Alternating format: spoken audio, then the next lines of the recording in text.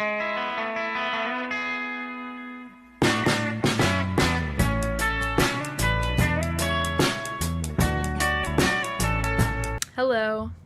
It's been pointed out to me that I haven't posted a video in quite a while, so I thought I would do a little update video about what I've been doing in between times working on the truck since the weather's gotten a lot cooler and I haven't had as much of an opportunity to go out and work on it.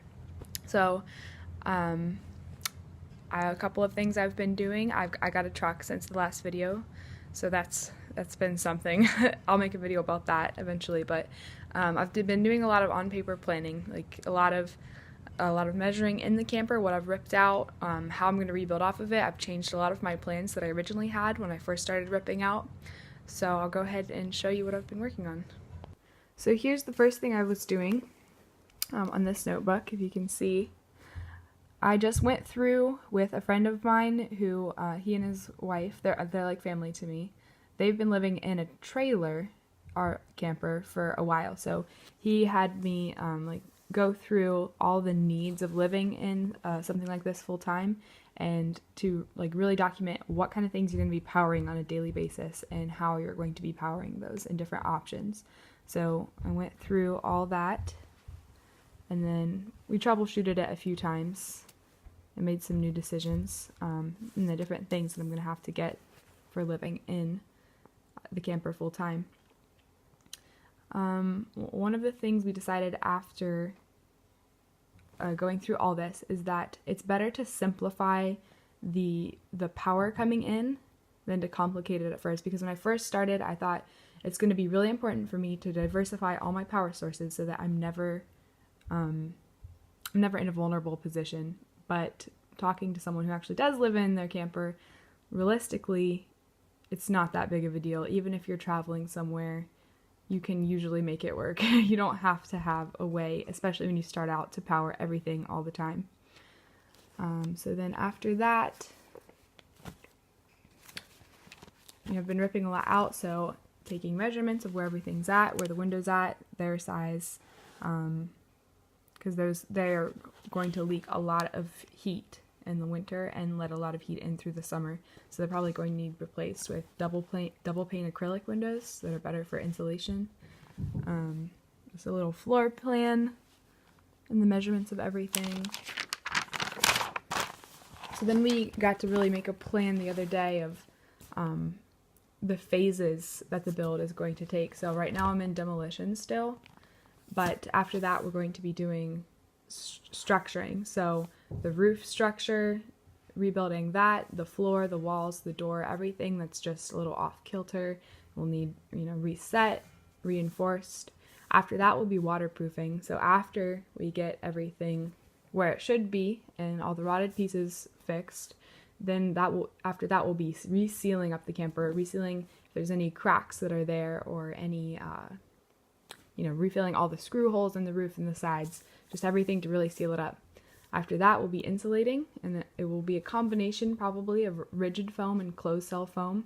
Rigid foam to take up the majority of the space, and closed cell foam to fill up the weird spaces and the edges around the rigid foam. After that will be utilities, figuring in plumbing for my shower gray water drain and kitchen gray water drain. We're getting rid of the need for a black water tank. So plumbing, electrical, pumps, which we'll talk about that later, but the pump for the water tank, breakers, shower, just everything that's going to take to get the guts of this thing, running and operating. After that, it will be building out storage and cabinets and getting those roughed in, because they can change as you use and find out what you need. And then the last phase will be finishes, so interior trims, cushions, painting, staining, varnishing, sanding, all that good stuff, all the fun stuff that we like to think about. And also exterior painting. I'll talk about that in another video, but for each of these main topics that we're going to hit as far as working on the camper, I'll do specific videos on working on each aspect of it. And then last night, taking the measurements from the camper, I did little drawings of where things are going to be at. So you can just look through this right now, but eventually, once I'm working on it more, I'll compare these little drawings that I made to better drawings of better planning, and then what the actual product ends up looking like. So now, here in the camper, the only thing that's changed since the last time I made a video demoing the camper is what else I'm ripping out. So this, you can see this is part of the fiberglass shower unit, the wet bath unit, and you can see in here, like, there's this little sink thing and these really not greatly placed shelves, and I'm not keeping this toilet either. So we decided that I'm ripping this whole unit out, the whole fiberglass unit, and I'm gonna get a base and fiberglass reinforced plastic FRP board and build a new, more functional wet bath unit for the camper. The other things that are coming out are this, oh wait, where is it? There we go. This water heater.